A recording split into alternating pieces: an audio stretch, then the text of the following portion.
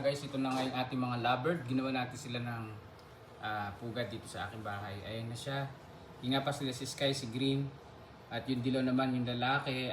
Siya palang kumukuha ng ng pugad. Tangkay ng malunggay yun, nilagyan ko sa kumutuklap. Kailangan pala araw-araw lalagyan ko ng ganyan. Kaya nandito ako sa loob kasi, ayan, pumasok na siya. Kasi, tawag dito, mabubulabog yung lalaki na yun eh. Nangunguha siya ng bark ng malunggay na nilagay ko. So, ayan guys, no? So, tignan natin, babalik ko yun. Ibig sabihin, kung naglalagay na siya ng ganun, may possibility na mangingitlog na sila. Oo. Kaya lang ang problema ko, itong babae, yan, si Sky.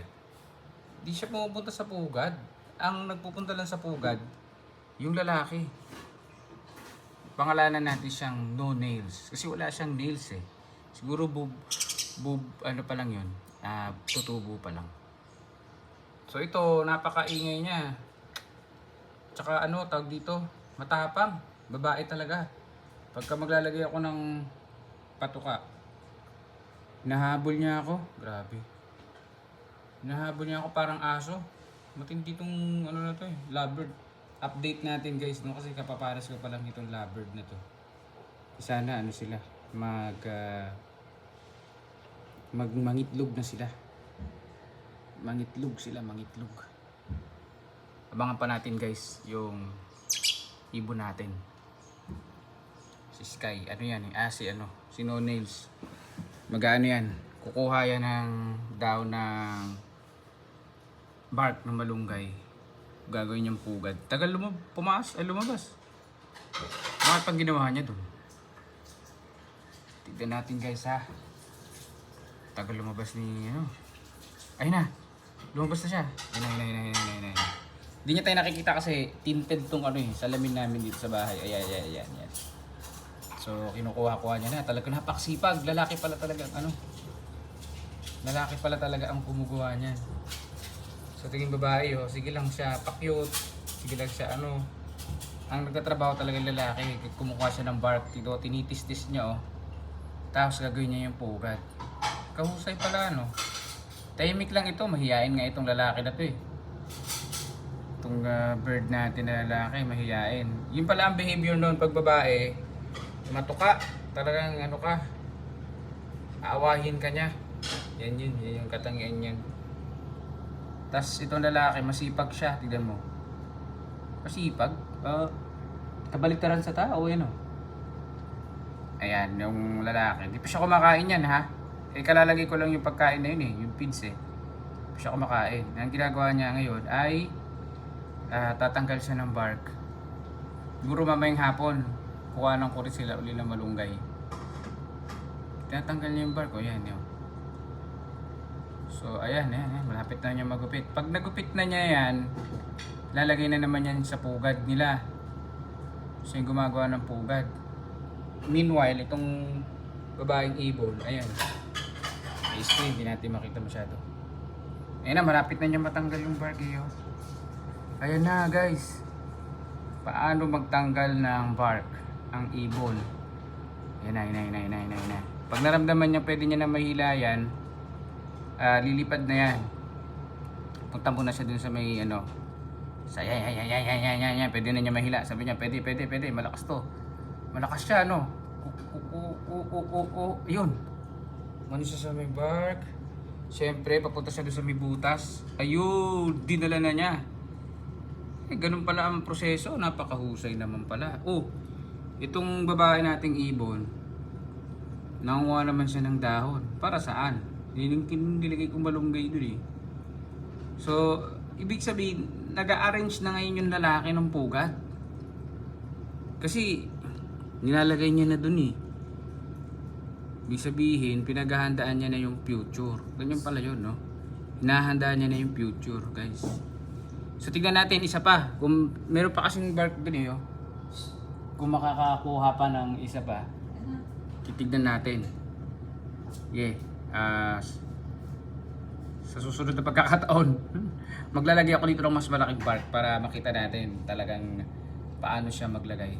So, doon di natin makita Ayun Uy, lumalabas na ba siya?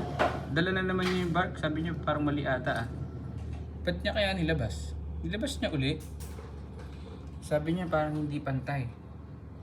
Ibabalik niya. Parang titis-tisin niya. Sabi niya, masyadong makapal tong nakuha ko. Sabi. Oo, nilabas niya uli.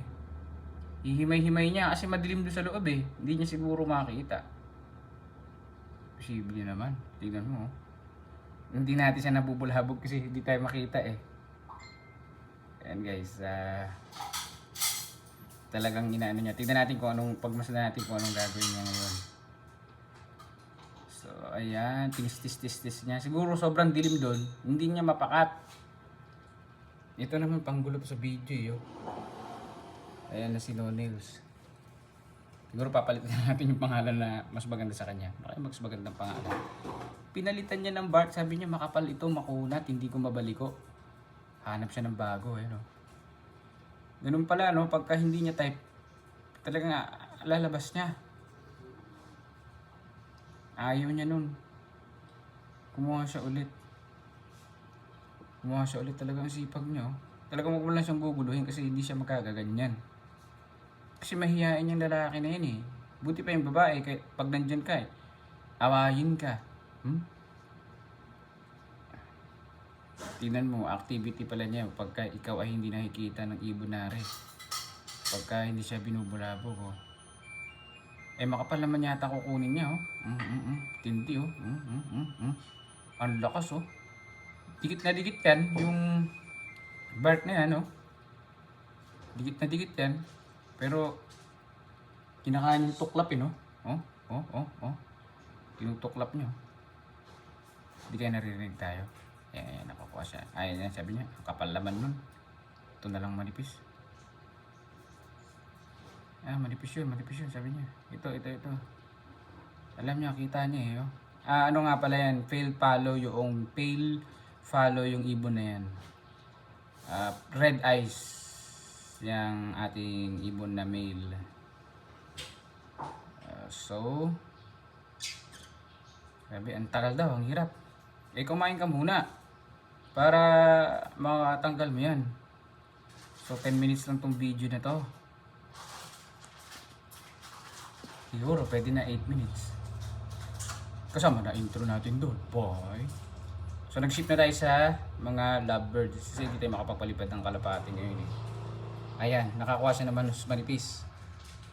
Tignan natin guys. Oops, big dinalago no. Hindi ba nakikita ng babae na yun at ayaw niya pumunta doon, tumulong. Oh. So yun guys. Tignan natin kung babalik niya ba yun.